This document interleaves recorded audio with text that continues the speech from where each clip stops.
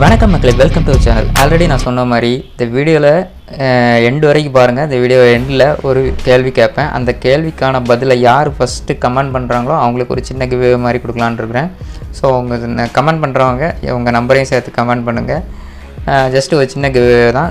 Video skip பண்ணால் பாருங்கள். Video இடையில இருந்து நான் கேள்வி கேட்பேன் எண்டில். ஸோ அதுக்கான ஆன்சரை நீங்கள் பண்ணுங்கள். வாங்க வீடியோக்குள்ளே போகலாம்.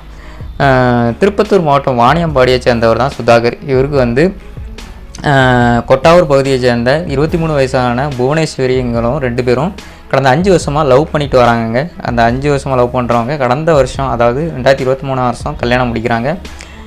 பெற்றோர் சம்மதத்தோடு தான் கல்யாணம் முடிக்கிறாங்க. கல்யாணம் முடிஞ்சு வாழ்ந்துட்டு வராங்க. இந்த சுதாகர் ஓசூரில் உள்ள ஒரு மொசைக் கம்பெனியில் மார்க்கெட்டிங் வேலை பார்த்துட்டு வராரு. இந்த புவனேஸ்வரி என்ன பண்ணுறாங்கன்னா, திருப்பத்தூரில் உள்ள அவசர உதவி கட்டுப்பாட்டு மையத்தில் காவலராக பணியாற்றிட்டு வராங்க. ஸோ இவங்க 2 பேருக்குள்ள வாழ்க்கை நல்லா தான் போய்ட்டுருக்கு. ஆனால் 1 வருஷம் ஆகியும் இவங்க 2 பேருக்கும் குழந்தை இல்லை. இதை புவனேஸ்வரியோட மாமியார் அடிக்கடி புவனேஸ்வரியை சுட்டி காட்டிகிட்டே இருந்திருக்காங்க. இந்த மாதிரி குழந்தை இல்லைன்னு கேள்வி கேட்டுகிட்டே இருந்திருக்காங்க. அதனால் புவனேஸ்வரி என்ன பண்ணுறாங்கன்னா, தன்னுடைய கணவரான சுதாகர்கிட்ட போய் சொல்கிறாங்க, இந்த மாதிரி உங்கள் அம்மா அடிக்கடி என்கிட்ட சொல்லிட்டே இருக்காங்க. ஸோ நம்ம ட்ரீட்மெண்ட் எடுக்கலாம், ஹாஸ்பிட்டல் போகலாம், அந்த மாதிரி சொல்கிறாங்க. அதுக்கு சுதாகர் என்ன சொல்கிறாருன்னா, இந்த மாதிரி உனக்கு 15 நாள் நைட் டியூட்டி, 15 நாள் டே டியூட்டி, பாதி நாள் வீட்டிலே இருக்க மாட்டுக்க. நான் வீட்டுக்கு வரும்போது நீ நைட்டு வீட்டை விட்டு வெளியே போயிருத. ஸோ எப்படி குழந்தை பிறக்கும் நம்மளுக்கு அப்படிங்கிற மாதிரி பேசியிருக்கிறாரு. இதில் ரொம்பவே மனமுடைஞ்சு போகிறாங்க புவனேஸ்வரி. அது மட்டும் இல்லாமல் நைட்டில் உனக்கு கால் பண்ணால் எப்போ பார்த்தாலும் வெயிட்டிங்லேயே வருது. நீ அடிக்கடி கண்ட்ரோல் ரூம் போயிருத, கண்ட்ரோல் ரூமில் இருக்கேன் இங்கே மாதிரி சொல்லிடுத, பேச முடியல இங்கே மாதிரி ரொம்ப அவர் மனசில் உள்ளதெல்லாம் கொட்டியிருக்கிறாரு. ஸோ இப்படியே போய்ட்டுருக்கா. சின்ன சின்ன கசப்புகள் வருது.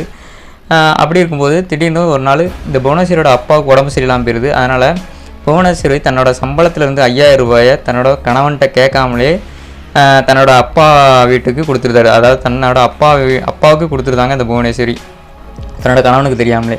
ஒரு நாள் என்ன பண்ணுறாருன்னா, இந்த சுதாகர் நம்ம 2 பேரும் இப்போ ஹாஸ்பிட்டல் போகலாங்கிற மாதிரி சொல்கிறாங்க. உடனே அப்போ என்ன தெரிய வருதுன்னா, இந்த புவனேஸ்வரி தன்னோட அக்கௌண்ட்லேருந்து 5000 ரூபாய் தன்னோட பெற்றோருக்கு கொடுத்துருக்காங்கங்கிற விஷயம் தெரிய வருது. உடனே கேட்குறாரு, யாரை கேட்டு இந்த 5000 ரூபாய் நீ கொடுத்த, உங்கள் அப்பா அம்மாட்ட யாரை கேட்டு கொடுத்தேன்னு கேட்குறாங்க. உடனே புவனேஸ்வரி என்ன சொல்கிறாங்கன்னா, என்னோடய சம்பளத்தை நான் எங்கள் அப்பா அம்மாவில் கொடுக்குறது யாரை கேட்கணுங்கிற மாதிரி கேள்வி கேட்டிருக்கிறாங்க. இது ரொம்பவே கோபம் அடைஞ்சிருக்கிறாரு சுதாகர். அது மாதிரி இந்த மாதிரி உன் விருப்பப்படி நீ இருக்கணும்னா நீ உங்கள் வீட்டிலே போய் இருந்துக்கோ, எதுக்கு கல்யாணம் முடிக்கிறேங்க மாதிரி பயங்கரமாக திட்டிருக்காங்க. இதனால் ரொம்பவே மனமுடைஞ்ச புவனேஸ்வரி என்ன பண்ணுறாங்கன்னா, வீட்டுக்குள்ளே போய் கதவை பூட்டிட்டு தூக்கு போட்டு தற்கொலை பண்ணிக்கிறாங்கங்க. இந்த விஷயத்துக்காக தூக்கு போட்டு தற்கொலை பண்ணிக்கிறாங்க. எவ்வளோ பெரிய கொடுமையான விஷயம் பாருங்க. ஒரு சின்ன விஷயந்தான், சின்ன மனக்கசப்பு தான். ஒரு 5000 ரூபாய் பணத்தை தன்னோட கணவன்கிட்ட கேட்காம தன்னோட அப்பா அம்மாவுக்கு கொடுத்துருந்தாங்க. ஸோ அதனால் அவர் திட்டிடுறாரு. ஸோ இந்த சம்பவத்து மூலம் நம்ம என்ன தெரிய வருதுன்னா, சின்ன சின்ன விஷயம்னாலும் உங்கள் கணவன்கிட்ட கேட்டு முடிவெடுங்க. அதுதான் ஒரு நல்ல குடும்பத்துக்கு அழகு. சின்ன விஷயந்தான், அதை கேட்டுட்டு பண்ணுங்கள். கேட்காம பண்ணவே பண்ணாதீங்க.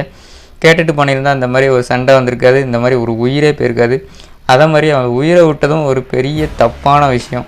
சின்ன விஷயந்தான், இதுக்காக யாராவது உயிரை விடுவாங்க? உயிரை விட்டோன்னு இப்போ கணவனோட நிலைமையை பாருங்கள், அனாதையாக நிற்கிறாங்க. ஸோ அந்த குடும்பத்திலே பெரிய இழப்பு.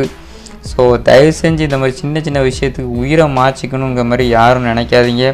அது மட்டும் இல்லாமல் குடும்ப வாழ்க்கையில் சண்டை வர தான் செய்யும். அதை 2 பேரும் விட்டு கொடுத்து போகணும். அது மட்டும் இல்லாமல் மனைவி எந்த ஒரு சின்ன விஷயத்தை செய்கிறதா இருந்தாலும் கணவன்கிட்ட கேட்டுட்டு செய்யணும். அதுதான் ஒரு நல்ல குடும்பத்துக்கு அழகு. அதே மாதிரி கணவனும் விட்டு கொடுத்து போகணும். அதுதான் அந்த குடும்பத்தை ஸ்ட்ரென்த்து, அதாவது அன்பாக கொண்டு போகும், அரவணைப்பாக கொண்டு போகும். இப்போ என்ன ஆயிருக்கு பார்த்தீங்களா, கடைசியில் அவங்க அந்த பொண்ணோட அப்பா இந்த சுதாகர் மேலே கம்ப்ளைண்ட் ஃபைல் பண்ணியிருக்கிறாரு. சுதாகர் தலைமறைவாயிட்டார். அவர் போலீஸ் தேடிட்டு இருக்காங்க. ஸோ இந்த நிலமையில தான் போய்கிட்டு இருக்கு. ஸோ தயவு செஞ்சு இந்த மாதிரி தவறான முடிவை யாரும் எடுக்காதீங்க. இந்த சின்ன சின்ன விஷயங்களுக்கு உயிரை மாற்றிக்கிட்டால் எந்த ஒரு முடிவும் கிடைக்க போகிறதில்ல. தவறான விஷயத்த கையில் எடுக்காதீங்க. ஸோ இந்த வீடியோக்கான கேள்வி என்னென்னா, இந்த புவனேஸ்வரி இந்த புவனேஸ்வரி இருக்காங்கல்ல, அவங்க எவ்வளவு ரூபாயை தன்னோட பெற்றோர்களுக்கு கொடுத்ததா நான் இந்த வீடியோவில் சொன்னேங்கிறதான் கேள்வி. ஸோ யார் ஃபஸ்ட் கமெண்ட் பண்ணுறாங்கன்னு பார்ப்போம். அவ்வளோதான் அந்த வீடியோ. மக்களே, நம்ம வீடியோ பிடிச்சிருந்தா நம்ம சேனலுக்கு சப்ஸ்கிரைப் பண்ணி வச்சுக்கோங்க. நம்ம சேனலை சப்போர்ட் பண்ணுங்கள். நம்ம சேனல் லைக் பண்ணுங்கள், ஷேர் பண்ணுங்கள், உங்கள் ஃப்ரெண்ட்ஸுக்கு ஷேர் பண்ணி விடுங்க. மீண்டும் மற்றொரு சம்பவத்தை சந்திக்கலாம். And then bye.